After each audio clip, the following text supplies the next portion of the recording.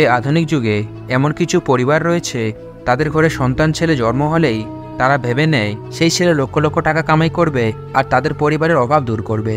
মানুষের থেকে মানুষ বানানো থেকে তাদের কাছে ইম্পর্টেন্ট সেই ছেলে কতটা টাকা কামাবে। আর এরপর সেই ছেলে বড় হলে একটা মোটা অঙ্কের যৌতুক আদায় করে নেয় সেই পরিবারের কাছ থেকে। আর বেশিরভাগ সময় হয় সেটা জোরপূর্বক, আর যেটা কিনা এক নিয়ম হয়ে উঠেছে। তো আজকে আমরা এরকমই একটি সুন্দর প্রেমের গল্প নিয়ে হাজির হয়েছি। আশা করি এই গল্পটি আপনাদের খুব ভালো লাগবে। তো সিনেমাটির নাম হলো মার্কেট মহালক্ষ্মী। তো কথা না বাড়িয়ে শুরু করা যাক মার্কেট মহালক্ষ্মী মুভিটির এক্সপ্লেনেশন। সিনেমার শুরুতে রোহিত নামে আমরা একটি ছেলেকে দেখতে পাই। একটা নার্সারির পাশে দাঁড়িয়ে ফোনে কারোর সঙ্গে চিৎকার করে কথা বলছিল। আর নার্সারির ভেতর থেকে একটি লোক তাকে ধীরে কথা বলার জন্য বলে। রোহিত খেয়াল করে ওই লোকটা আসলে তার একজন পছন্দের রাইটার, আর তার লেখা অসংখ্য বিখ্যাত নভেল রয়েছে। এত ফেমাস একজন মানুষ নার্সারির ভেতরে গাছের পরিচর্যা করছে দেখে রোহিত কিছুটা অবাক হয়ে যায়। রোহিত তার কাছে জানতে চায়, আপনি এত বিখ্যাত মানুষ হওয়া সত্ত্বেও কেন এই কাজ করছেন? রাইটার বলে, আমি বাইরের জগতে বিখ্যাত হতে পারি, কিন্তু আমার এই নার্সারিতে আমি একজন সাধারণ মানুষ। এরপর রোহিত রাইটারকে জানায় সে রাইটারের বড় একজন ফ্যান। এরপরে সেই রাইটার রোহিতের কাছে জানতে চায় সে কেন ফোনে চিৎকার চেঁচামেচি করছিল। রোহিত বলে, আমি একটা বড় প্রবলেমে পড়ে গেছি, আর যখন থেকে আমি এই প্রবলেমে পড়েছি তখন থেকে আমি কোথাও শান্তি পাচ্ছি না। আর আমি এখন সিদ্ধান্ত নিতে ভয় পাচ্ছি যে আমি এখন কি করে উঠব। এরপরে রাইটার জানতে চায় এই প্রবলেমটা কোনো মেয়ে সংক্রান্ত কিনা।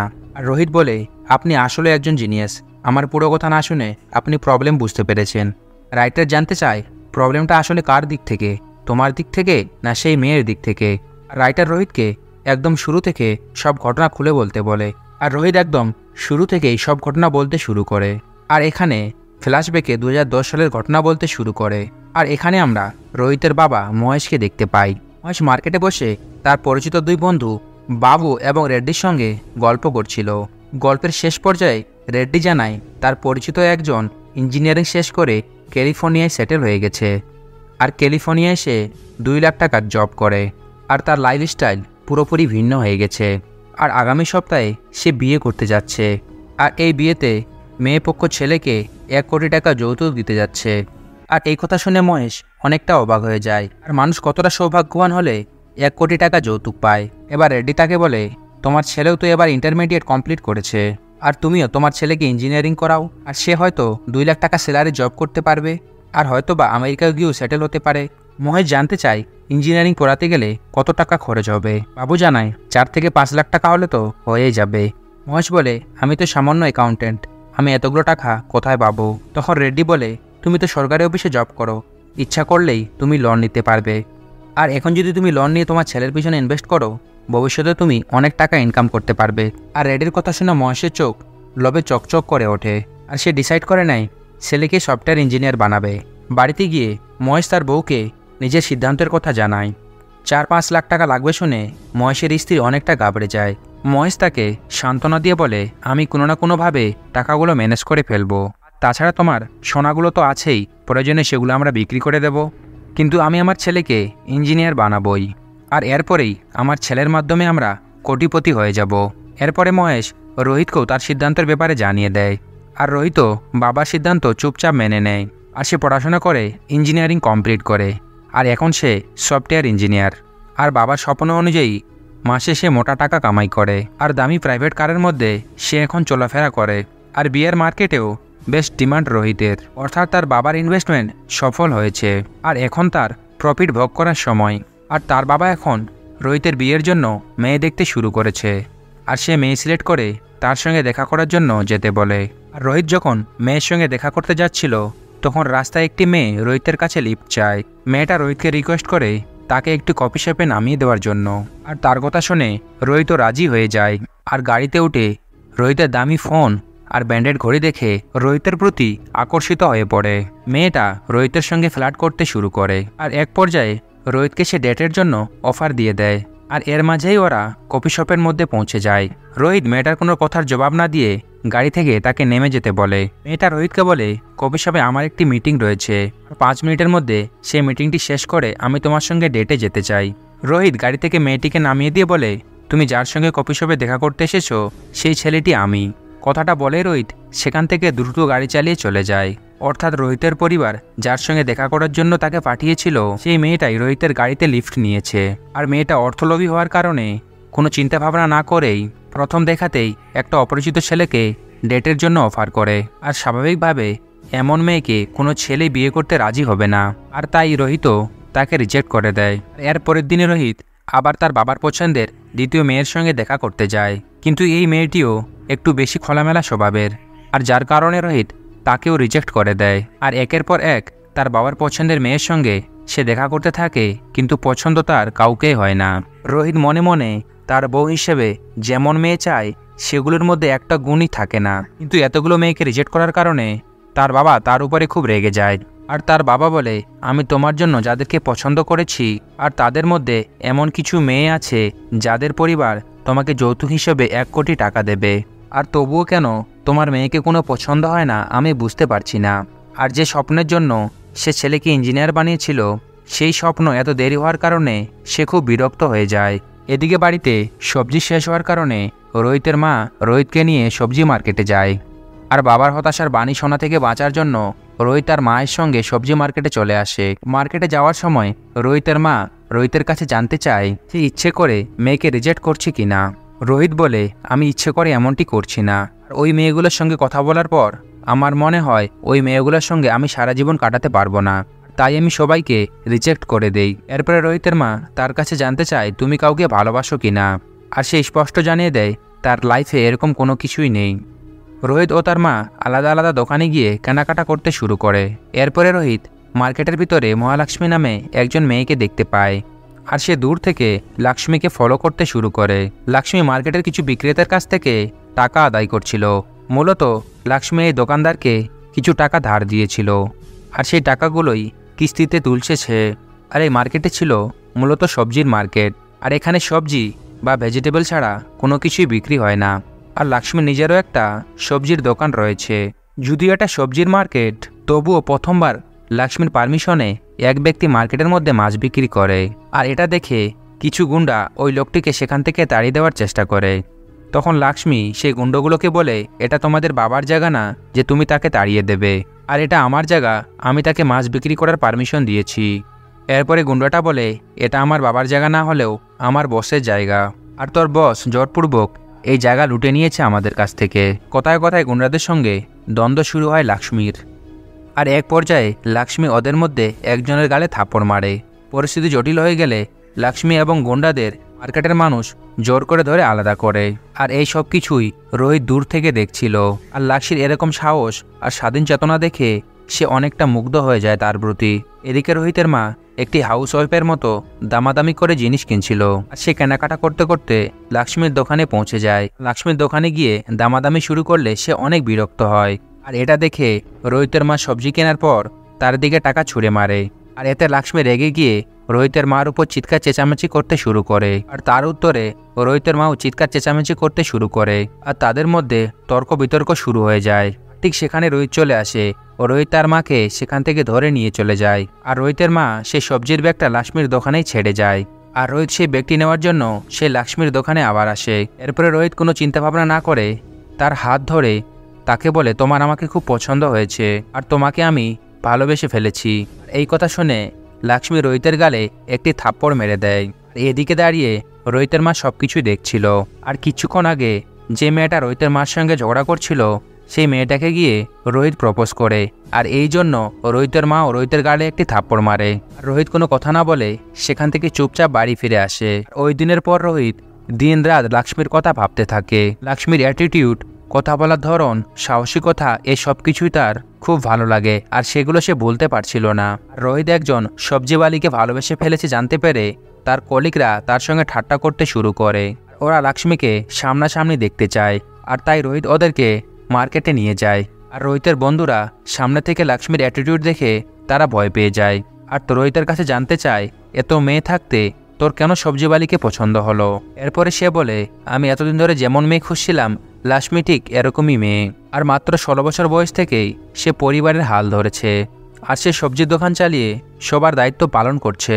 আর তাই নয়, সে মানসিকভাবেও একটি স্ট্রং মেয়ে, আর যে কোনো পরিস্থিতিতে সে সহজভাবে সামলে নিতে পারে। আর লক্ষ্মীর সঙ্গে যদি আমার বিয়ে হয়, ভবিষ্যতে আমার যদি কোনো কিছু হয়ে যায়, সে খুব ভালোভাবে আমার সংসারকে দেখতে পারবে। আর সব দিক বিবেচনা করে আমি মেয়েটাকে বিয়ে করার সিদ্ধান্ত নিয়েছি।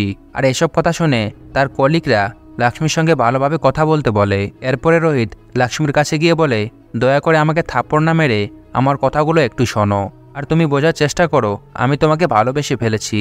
আর তুমি রাজি হলেই আমি তোমাকে বিয়ে করতে চাই।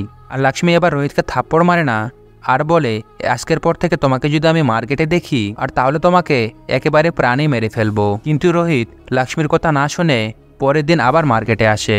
আর ওই দিন গুন্ডাদের লিডার রাঙ্গাও মার্কেটে আসে। আর ওই দিন লক্ষ্মী রাঙ্গার গুন্ডাদের সঙ্গে খারাপ ব্যবহার করার কারণে লক্ষ্মীকে হুমকি দেয় এবং ওই মাছের দোকান সেখান থেকে তুলে নিয়ে যেতে বলে। এরপরে রাঙ্গা তার অনৈতিক কাজের জন্য একটি মেয়েকে মার্কেট থেকে নিয়ে যায়। আর অন্যদিকে রোহিত উদাস হয়ে ভাবতে থাকে কিভাবে সে লক্ষ্মীকে ইমপ্রেস করবে। আর ঠিক তখনই রাঙ্গার লোকজন সে মাছের দোকান উচ্ছেদ করার জন্য চলে আসে। আর রোহিতের বন্ধু তাকে বলে, এটাই সুযোগ তোমার লক্ষ্মীকে ইমপ্রেস করার জন্য। আর তুমি যদি এদেরকে মেরে এখান থেকে তাড়িয়ে দিতে পারো তাহলে তোমার প্রতি লক্ষ্মীর একটা ভালো ধারণা তৈরি হবে। কিন্তু রোহিত কিছু করার আগে লক্ষ্মী সেখানে চলে আসে এবং একাই গুন্ডাদের পেটাতে শুরু করে। আর তখন গুন্ডারা লক্ষ্মীর দোকানও ভাঙচুর করতে শুরু করে। এদিকে রোহিত এগিয়ে গিয়ে সেই গুন্ডাগুলোকে মারতে শুরু করে। আর রোহিত সেই গুন্ডার বসকে প্রচুর মারে আর তার ঘাড় ধরে লক্ষ্মীর কাছে নিয়ে আসে। আর সে লক্ষ্মীর কাছে ক্ষমা চাইতে বলে। আর মার খাওয়ার ভয়ে সে লক্ষ্মীর কাছে ক্ষমা চেয়ে সেখান থেকে চলে যায়। এরপরে রাঙ্গা যখন জানতে পারে তার গুন্ডগুলোকে এভাবে মারধর করা হয়েছে, সে দ্রুত মার্কেটে চলে আসে এবং লক্ষ্মীর উপর চিৎকার চেঁচামেচি করতে শুরু করে। তখনই রোহিত রাঙ্গাকে একটি ভিডিও দেখায়। আর সেই ভিডিও দেখে রাঙ্গা একদমই চুপ হয়ে যায়। আর মূলত রাঙ্গা যখন অনৈতিক কাজে লিপ্ত ছিল তখন রোহিতের বন্ধু লুকিয়ে লুকিয়ে সেই ভিডিওগুলি করে নিয়েছে। আর ওই ভিডিও দিয়ে রোহিত রাঙ্গাকে ব্ল্যাকমেল করে। আর রোহিত রাঙ্গাকে বলে, আজ থেকে শুধু এই মার্কেটে লক্ষ্মীরই হুকুম চলবে, তুমি বা তোমার লোকজন এই মার্কেটে ভুলেও পা রাখবে না। আর ভিডিও ভাইরাল হওয়ার ভয়ে রোহিতের সব কথা রাঙ্গা মেনে নেয়।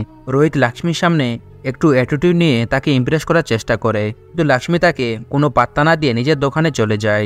আর রোহিত তার পিছনে গুড়গুড় করতে শুরু করে। এরই মাঝে রোহিতের বাবা মহেশ সে মার্কেটে চলে আসে। মূলত রোহিতের দুই বন্ধুর সঙ্গে রোহিতের বাবার রাস্তায় দেখা হয়ে গেছিল। আর তার বাবা তাদের কাছ থেকে জানতে চেয়েছিল রোহিত কোথায়। তার বন্ধুরা তাকে বলে দিয়েছে রোহিত একটা মার্কেটের মেয়েকে ভালোবাসে আর তাকে ইমপ্রেস করার জন্য মার্কেটে গিয়েছে। আর তাদের কথা শুনে তার বাবা মার্কেটে চলে আসে এবং নিজের চোখেই সে সবকিছুই দেখতে পায়। আর তার বাবা রোহিতকে কোনো কিছু না বলে মার্কেট থেকে চুপচাপ চলে যায়। এই দেখে সে ছেলের উপরে খুব রেগে যায়। আর সে চেষ্টা করছে এমন একটি পরিবারের সঙ্গে তার ছেলের বিয়ে দেবে যে যৌতুক হিসেবে 1 কোটি টাকা দেবে। আর সেখানে রোহিত একজন সামান্য সবজিওয়ালাকে ভালোবেসে বসে আছে। আর তার বাবা বাড়িতে এসে এই ব্যাপারটাকে নিয়ে তার মায়ের সঙ্গে রাগারাগি করে। আর এত কিছু হওয়ার পরেও রোহিত থেমে থাকে না। সে লক্ষ্মীকে ইমপ্রেস করার জন্য মার্কেটে যেতে থাকে। আর এমনকি লক্ষ্মীর দোকানের সামনে একটি জায়গায় বসে অফিসের কাজ করতে শুরু করে। আর যাতে পুরো সময়টা যেন লক্ষ্মীর আশেপাশে থাকতে পারে। আর শুধু তাই নয়, সে রাতের বেলাও মার্কেটের মধ্যে ঘুমাতে শুরু করে। আর লক্ষ্মীকে ইমপ্রেস করার জন্য সে যতটুকু সম্ভব সব কিছু করতে থাকে রোহিত। কিন্তু কিছুতেই লক্ষ্মীর মন নরম হয় না। আর রোহিতের এরকম অবস্থা দেখে মার্কেটের অন্যান্য বিক্রেতারা রোহিতের কাছে জানতে চায় সে চাইলেই শহরের কোনো টপ ক্লাস মেয়েকে বিয়ে করতে পারবে, তাহলে সে সামান্য একজন সবজিওয়ালির ভালোবাসা পাওয়ার জন্য সে কেন এত পরিশ্রম করছে। রোহিত বলে, লক্ষ্মীর মধ্যে যে অ্যাটিটিউড রয়েছে তা শহরের কোনো টপ ক্লাস মেয়ের মধ্যে নেই। আর রোহিত যখন এসব কিছু বলছিল তখনই হঠাৎ করে লক্ষ্মী সেখানে চলে আসে।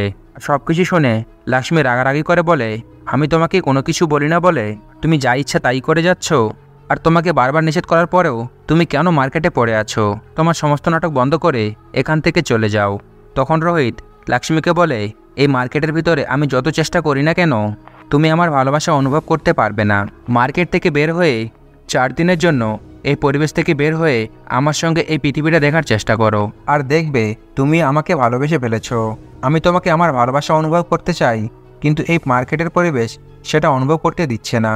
আর তুমি আমাকে শুধু 4 দিনের সময় দাও, আর 4 দিনের মধ্যে তুমি যদি আমাকে ভালো না বাসো তাহলে আমি তোমার জীবন থেকে একেবারেই চলে যাব, আর কখনো তোমাকে বিরক্ত করব না।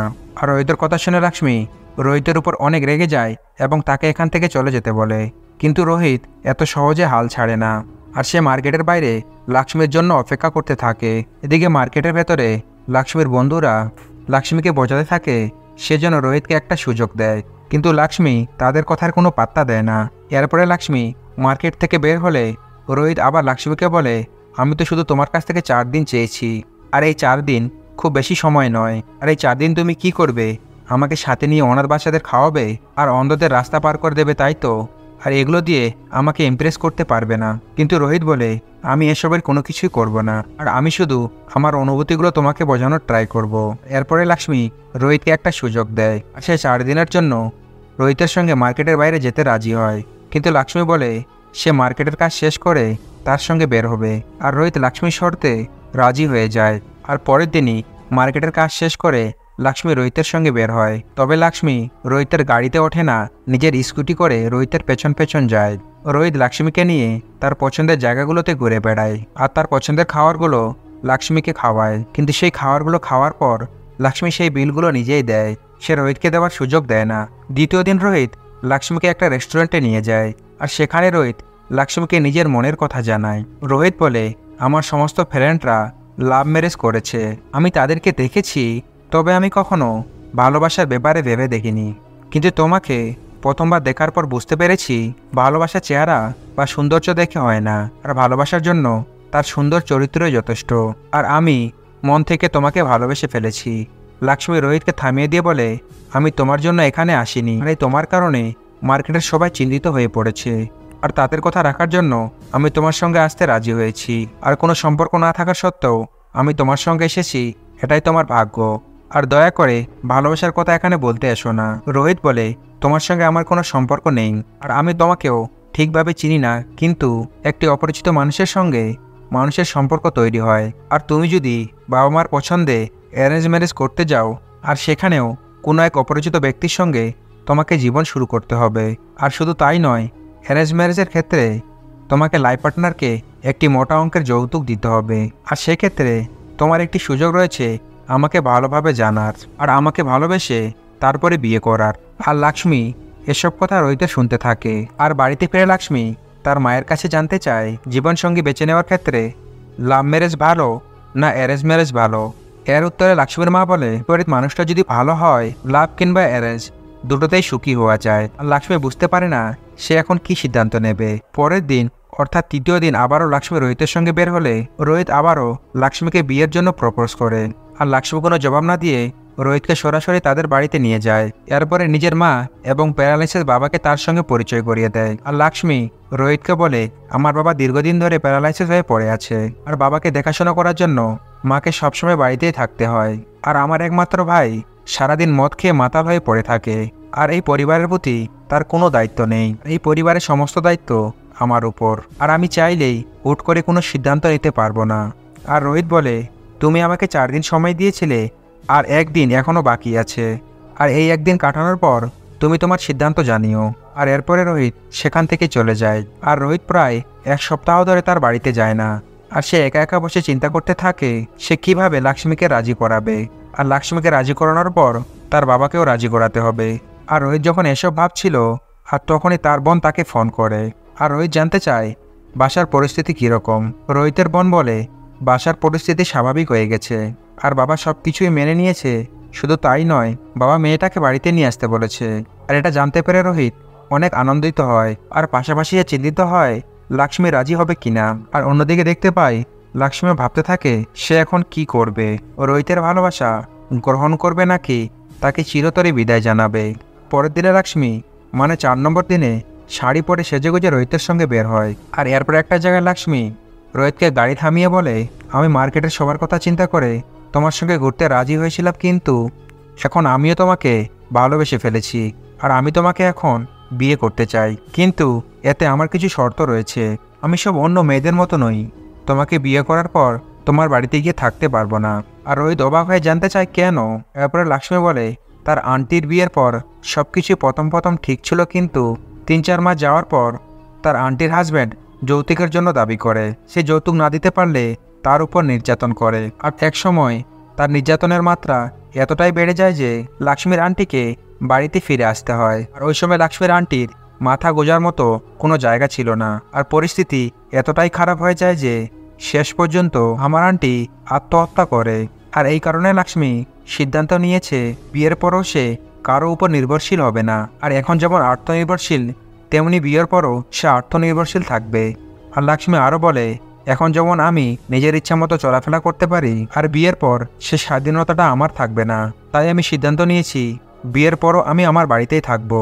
এতে রোহিত বলে, তোমার মার বিয়ের পর তোমার মা তোমার বাবার বাড়ি চলে এসেছে, আর আমার মায়ের বিয়ের পর আমার মাও আমার বাবার বাড়ি চলে এসেছে, আর বিয়ের পরে তোমাকেও আমার সঙ্গে আমার বাড়িতে যেতে হবে। আর এটাই আমাদের সমাজের নিয়ম, আর আমাদের পূর্বপুরুষেরা দীর্ঘদিন ধরে এই নিয়মটাই পালন করে এসেছে। লক্ষ্মী বলে, মানুষের বানানো নিয়মে আমি জীবন পরিচালনা করতে চাই না, আর আমি আমার সুবিধা অনুযায়ী জীবন চালাতে চাই। আর তুমি যেমন চাও তোমার স্ত্রীকে নিয়ে তোমার বাড়িতে থাকবে, আর তেমনি আমিও চাই আমার হাজব্যান্ডকে নিয়ে আমি আমার বাড়িতে থাকবো। আর এখানে দোষের কোনো কিছুই নেই। রোহিত বলে, আমি বুঝতে পারছি তোমার পরিবার তোমার উপর নির্ভরশীল, তাই তুমি এরকম সিদ্ধান্ত নিয়েছো। আর তোমাকে তোমার পরিবার নিয়ে চিন্তা করতে হবে না, তোমার পরিবারকে আমি পালন করব। লক্ষ্মী বলে, তুমি কেন আমার পরিবারের দায়িত্ব নেবে? আর আমার পরিবারের দায়িত্ব আমার, আর আমি আমার পরিবারের সঙ্গেই আমার দায়িত্ব পালন করব। তোমাকেও তোমার চাকরি ছাড়ার প্রয়োজন নেই, তুমি তোমার জায়গা থেকে তোমার পরিবারের দায়িত্ব পালন করবে। রোহিত বলে, তুমি বিয়ের পরে নেগেটিভ ব্যাপারগুলো চিন্তা করে এমন সিদ্ধান্তগুলো নিয়েছো, কিন্তু সবার পরিবার নেগেটিভ হয় না। আর তুমি বরং আমার বাড়িতে চলো, আমার বাড়ির লোকজনের সঙ্গে কথা বলো, আর তাহলে তুমি বুঝতে পারবে আমার পরিবার কতটা সুন্দর। আর আমার বিশ্বাস তুমি তাদের সঙ্গে কথা বলে তুমি তোমার সিদ্ধান্ত পরিবর্তন করবে। লক্ষ্মী তার পরিবারের সঙ্গে কথা বলতে যেতে রাজি হয়। এরপরে রোহিত লক্ষ্মীকে নিয়ে তাদের বাড়িতে যেতে রাজি হয়। আর বাড়িতে যাওয়ার সঙ্গে সঙ্গে রোহিতের বাবা তাকে প্রচুর অপমান করতে শুরু করে। মূলত তার বাবার প্ল্যান ছিল তাকে বাড়িতে ডেকে এনে প্রচুর অপমান করবে, তাই তার বাবা বলেছিল তার বোনকে দিয়ে মিথ্যা কথা বলতে। এরপরে তার বাবা বলে, আমি আমার ছেলেকে ইঞ্জিনিয়ার বানানোর জন্য অনেক টাকা খরচা করেছি, আর তাই আমি আশা করছি যৌতুক হিসেবে আমার ছেলের বিয়েতে 1 কোটি টাকা যৌতুক নেব। আর সে নিজে পছন্দ করে কোনো মেয়েকে বিয়ে করলে তাতে কোনো আমার আপত্তি নেই, কিন্তু তার পরিবারের 1 কোটি টাকা দেওয়ার মতো সামর্থ্য থাকতে হবে। আর তুমি সামান্য একজন সবজিওয়ালি হয়ে সফটওয়্যার ইঞ্জিনিয়ারকে পছন্দ করেছো, এতে দোষের কোনো কিছুই নেই, কিন্তু আমার ছেলেকে বিয়ে করতে গেলে তোমাকে 1 কোটি টাকা দিতে হবে। আর সেই টাকা তুমি সবজি বিক্রি করে দেবে না তোমার পরিবার থেকে ম্যানেজ করবে, সেটা তোমার সম্পূর্ণ ব্যাপার। এরপরে লক্ষ্মী সেখানে কোনো জবাব না দিয়ে চুপচাপ চলে যায়। লক্ষ্মী চলে যাওয়ার পর তার বাবা রোহিতকে বলে, এসব সবজিওয়ালির চিন্তা মাথা থেকে ছেড়ে ফেলো, আর আমি একটা মেয়েকে পছন্দ করেছি, কাল আমরা তাকে দেখতে যাব। রোহিত বলে, আমি এভাবে 1 কোটি টাকার বিনিময়ে বিক্রি হতে পারবো না। তুমি আমাকে ছোট থেকে বড় করেছো, আর আমার পিছনে অনেক টাকা ইনভেস্ট করেছো, আর এখন সেই টাকা ওসুল করতে চাচ্ছ, কিন্তু আমি তোমাকে কখনো বলিনি আমার উপর ইনভেস্ট করতে। আর তুমি আমাকে বিয়ে করাতে চাচ্ছ না, বিয়ের নামে একটা বিজনেস ডিল করতে চাচ্ছ, আর এটা করা আমার পক্ষে একদমই সম্ভব না। আজ তুমি আমার জন্য 1 কোটি টাকা যৌতুক দাবি করছো, আর কাল আমার বোনের জন্য 1 কোটি টাকা যৌতুক দেবে, আর তখন তুমি কি করবে? আর এই বিয়ে নিয়ে আমাকে নিলামে ওঠার কোনো অধিকার নেই তোমার, আর আমার জীবন আমার ইচ্ছামতো চালানোর সম্পূর্ণ অধিকার আমার রয়েছে। তোমার পছন্দ করা মেয়েদের আমার পছন্দ হয়নি, আর আমার পছন্দ ইন্ডিপেন্ডেন্ট মেয়ে, আর আমি বিয়ে করলে একজন ইন্ডিপেন্ডেন্ট মেয়েকেই বিয়ে করব, আর যে আমার পরিস্থিতিতে আমার পরিবারের দায়িত্ব নিতে পারবে। আর লক্ষ্মী ঠিক সেরকমই মেয়ে যেরমটা আমার পছন্দ, আর সে কখনো কারো উপরে বোঝা হয়ে থাকবে না। আর অন্যদিকে লক্ষ্মী অপমানিত হয়ে কাঁদতে কাঁদতে বাড়িতে ফিরে আসে, আর বাড়ি ফিরে সে মন খারাপ করে বসে থাকে। এসব কথা শুনে লক্ষ্মীর মা তাকে জিজ্ঞেস করে, রোহিতের বাবা তোকে এত কথা শুনিয়ে দিল আর তুই কোনো কিছুই বললি না? আর লক্ষ্মী বলে, রোহিতকে আমি ভালোবাসি, ওর পরিবার তো আমারও পরিবার, তাই আমি ওর পরিবারকে কোনো কিছুই বলতে পারিনি। আর এরপরই সিন প্রেজেন্টে চলে আসে, যেখানে রোহিত রাইটারের কাছে তার জীবনের গল্প বলছিল। সবকিছু শোনার পর রাইটার বলে, তোমার উচিত লক্ষ্মীর কাছে গিয়ে সবকিছু সমাধান করে নেওয়া। আর লক্ষ্মীকে তোমার যদি এতই পছন্দ হয়, তাহলে তুমি তোমার পরিবার থেকে বের হয়ে লক্ষ্মীকে বিয়ে করে আলাদাভাবে কেন জীবনযাপন করছো না? রোহিত বলে, আমার নিজের পরিবার ছেড়ে স্ত্রীর পরিবারে গিয়ে থাকলে সমাজ আমাকে নিয়ে ঠাট্টা শুরু করবে, আর এতে আমার কোনো সম্মান থাকবে না। তারপরে রাইটার বলে, তোমার অফিস থেকে তোমাকে প্রমোশন দিয়ে যদি অন্য শহরে যেতে বলে, তুমি কি সেখানে যাবে? রোহিত বলে, অবশ্যই যাব, আর এটা আমার জব। আর রাইটার বলে, এই জবের জন্য তুমি যদি বাইরে যেতে পারো, তাহলে লক্ষ্মীর জন্য তুমি কেন যেতে পারবে না? আর নিজের ভালোবাসাকে পাওয়ার জন্য কি তুমি এতটুকু স্যাক্রিফাই করতে পারবে না? আর তুমি তোমার সমাজের বেড়াজালে নিজেকে বেঁধে ফেলেছো। আর একবার এই নিয়মের বেড়াজাল থেকে নিজেকে বের করে দেখো। আর তুমি চাইলে তুমি দূর থেকেই তোমার দায়িত্ব পালন করতে পারবে। লক্ষ্মীকে বিয়ে করার জন্য তুমি তোমার পরিবার থেকে দূরে থাকলে এটা তোমার ভুল হবে না। তুমি তো তোমার পরিবার থেকে দূরে থাকবে, নিজের দায়িত্ব থেকে নয়। আর বিয়ের পরে মেয়েরা যদি নিজের পরিবারকে ছেড়ে হাজব্যান্ডের বাড়িতে থাকতে পারে, আর তাহলে তুমি কেন নিজের পরিবারকে ছেড়ে তোমার ওয়াইফের সঙ্গে থাকতে পারবে না? রোহিত রাইটারের কথাগুলো রিয়েলাইজ করে বুঝতে পারে যে রাইটার যেগুলো বলছে সেগুলো ঠিকই বলছে। স্যাক্রিফাই কেন শুধু মেয়েরাই করবে? আর পুরুষেরা যদি স্যাক্রিফাই করে তাহলে সমাজে কেন হাসির পাত্র হবে? এরপরে রোহিত অদৃশ্য বেড়াজাল পেরিয়ে বিয়ের পর লক্ষ্মীর সঙ্গে থাকার জন্য সে সিদ্ধান্ত নেয়। আর তার সিদ্ধান্তের কথা লক্ষ্মীকে জানালে লক্ষ্মী বলে, তুমি কেন তোমার পরিবারকে ছেড়ে আমার সঙ্গে থাকবে? আর তোমাকে নিয়ে তোমার পরিবারে অনেক আশা আকাঙ্ক্ষা, আর তাদের পছন্দের মেয়েকে বিয়ে করে তুমি তোমার দায়িত্ব পালন করো। এরপরে রোহিত বলে, আমি দূর থেকে আমার দায়িত্ব পালন করব। লক্ষ্মী অভিমান করেছিল বলে প্রথমে রোহিতকে বিয়ে করতে রাজি হচ্ছিল না, কিন্তু রোহিত তাকে বুঝিয়ে রাজি করায়। মুভির শেষ দৃশ্যে দেখানো হয় রোহিত লক্ষ্মীকে বিয়ে করেছে। রোহিত লক্ষ্মীর দোকানের পাশে নিজের জন্য একটা অফিস কর্নার তৈরি করেছে এবং পরিবার থেকে সে দূরে থেকেও নিজের সমস্ত দায়িত্ব পালন করে যাচ্ছে। তো আজকের গল্পটা এখানেই শেষ হয়ে যায়। তো বন্ধুরা, আজকের এই গল্পটা যদি আপনার ভালো লেগে থাকে তাহলে ভিডিওটি লাইক করে চ্যানেলটি সাবস্ক্রাইব করে দেবেন। আর কমেন্ট করে অবশ্যই জানাবেন এই গল্পটি আপনাদের কেমন লেগেছে। আবার দেখা হবে নতুন একটা সিনেমার গল্প নিয়ে।